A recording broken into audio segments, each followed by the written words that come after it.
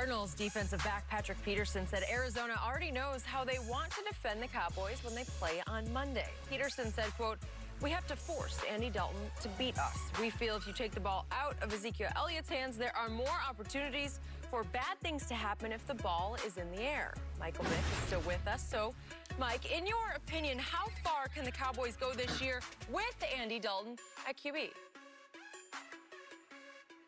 Honestly, Jenny, I think they can go far.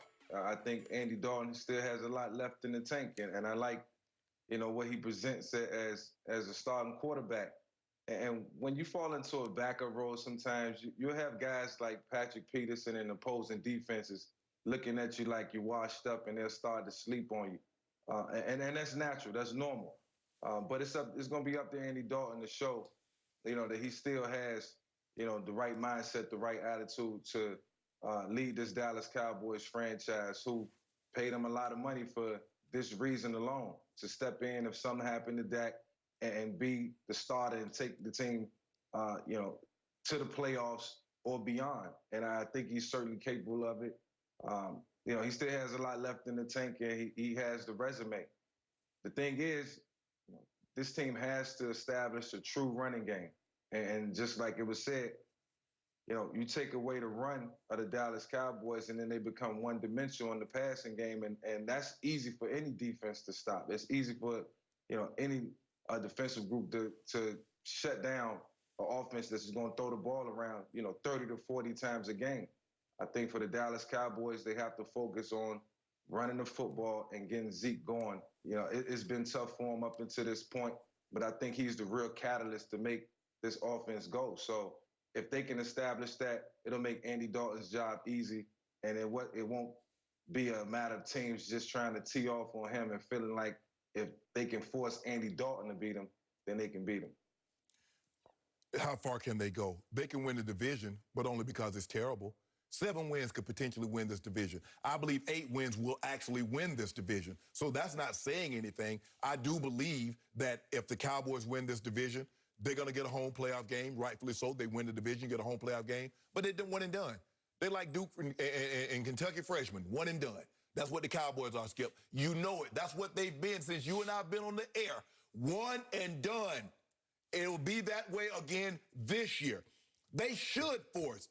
Now, what should happen, what should have been happening all along, is that they should have been playing through Zeke.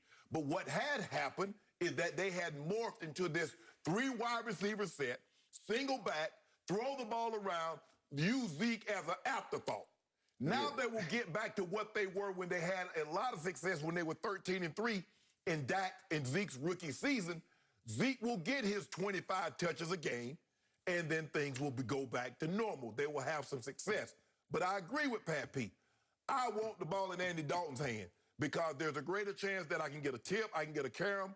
I'll get interceptions if the ball is in his hand as opposed to have the ball in Zeke's belly. But you have to be, it's a lot easier said than done, Skip, taking Zeke away because they're going to be committed to running Zeke. Zeke is going to be committed to running because Zeke ran hard. He ran hard Sunday, Skip, but I've seen him run in a while.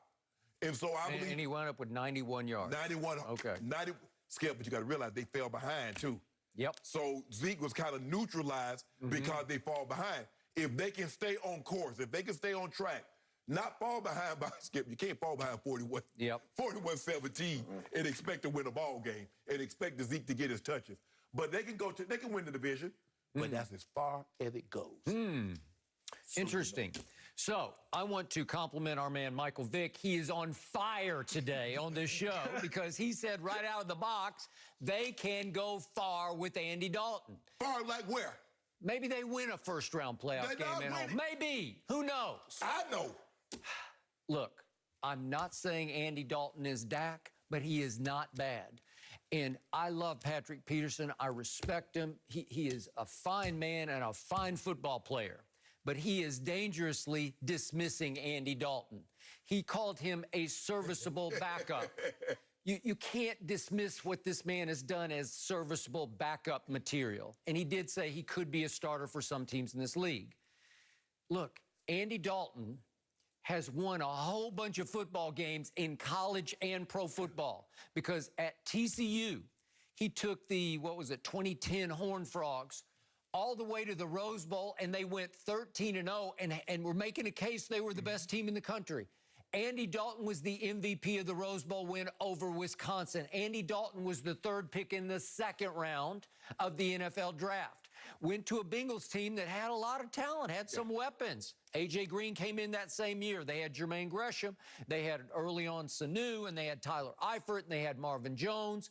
They had 3 or 4 pretty good running backs, but they did not have this trio of receivers that Andy Dalton just inherited in Dallas, Texas. Or Zeke. So all of a sudden, there is firepower all around this man. And you know and I know, in Andy Dalton's first 5 years in the league, they averaged winning 10 games a year. He made 3 Pro Bowls. In his career, he has thrown 204 touchdown passes to 118 interceptions. That's a lot of football at a fairly high level. So he's been here and done all of this. He was not overwhelmed by the moment, albeit against the New York Football Giants the other day. Really? Well, they were in trouble. That their season was teetering. If they fall to 1-4 against the woeful Giants, if they blow that game at home, and he pulled it out with 2 big-time throws, one to Amari. If you fall to the woeful Giants, guess what? You're still tied for first place in the division.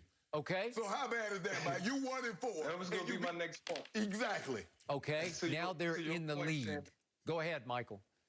No, to Shannon's point, the thing is, and what makes this so sweet for Andy Dalton is that he's playing in a division that's up for grabs. I think we'll probably say that for the next 3 or 4 weeks. Yeah. So that'll be exciting to watch. But, the man, like we said, has the pedigree. And, he's played with some of the best. He's developed some of the best.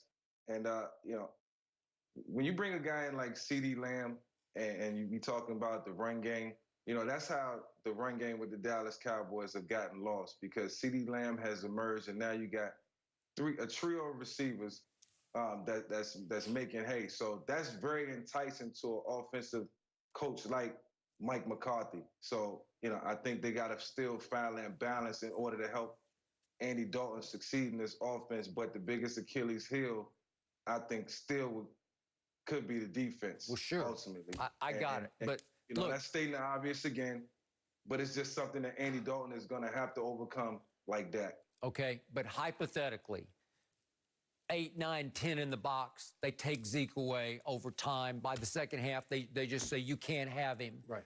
You don't think Andy Dalton can hit those 3 receivers and hurt you? Yeah. Yes, he can. But you know what? And it's getting to the point that I'm going to give my coverage towards CeeDee Lamb, because he's the slot receiver, and he's always close. That slot receiver normally has a great relationship with the quarterback. And now when you play fake, guess who steps up? Linebackers. Guess who's right there behind where the linebackers were supposed to be? CeeDee Lamb. So I'm not so sure. I don't know if Pat P probably will start off on Amari Cooper, Skip, because theoretically he is their number 1. But Pat P will travel. So whoever's getting the ball, he might be a situation where he has to follow the ball. Whoever's getting the ball, I got to go try to take that away. He can't cover all 3 of them. He can't. Right? He can't. And by the way, did you just admit that CeeDee Lamb is the best rookie receiver in the league? I think you just did, which I tried to explain to you. Well, Skip, of the rookie receivers, he went to the best situation. Oh. You don't think he went to the best situation? Well, what's that kid's name from Alabama? Jared Judy. I'll tell you that. Judge Judy? Where's Jared he Judy. going? Oh, yeah, Jared I mean, Judy. Ruggs is going to be okay. He's been pretty good. Yeah, very good. CeeDee Lamb surprised me. He's catching some nice balls in traffic. He's a lot tougher than I thought he was. And, Thank you. Not the biggest, but, put himself in a position to succeed. That's all right. Listen to Michael Vick. We're going to get Dak next year. Dak going to be in Denver next year. Is he? Oh, yeah, good luck with that. Yep. Wishful thinking. Yep. That going to be our guy. He is not. Oh, I understand now, Shannon. Now I know why you're saying he's going somewhere else. You It all got your makes guy. sense. Brett Denver, okay. Rippin. Mike, Yeah, you do. we appreciate your time, and we will check in with you tomorrow. And Skip, even though you are high on Tom Brady, the Bucs are in the top 3 in drop passes. Is Mr. Tom Brady to blame? We explain next.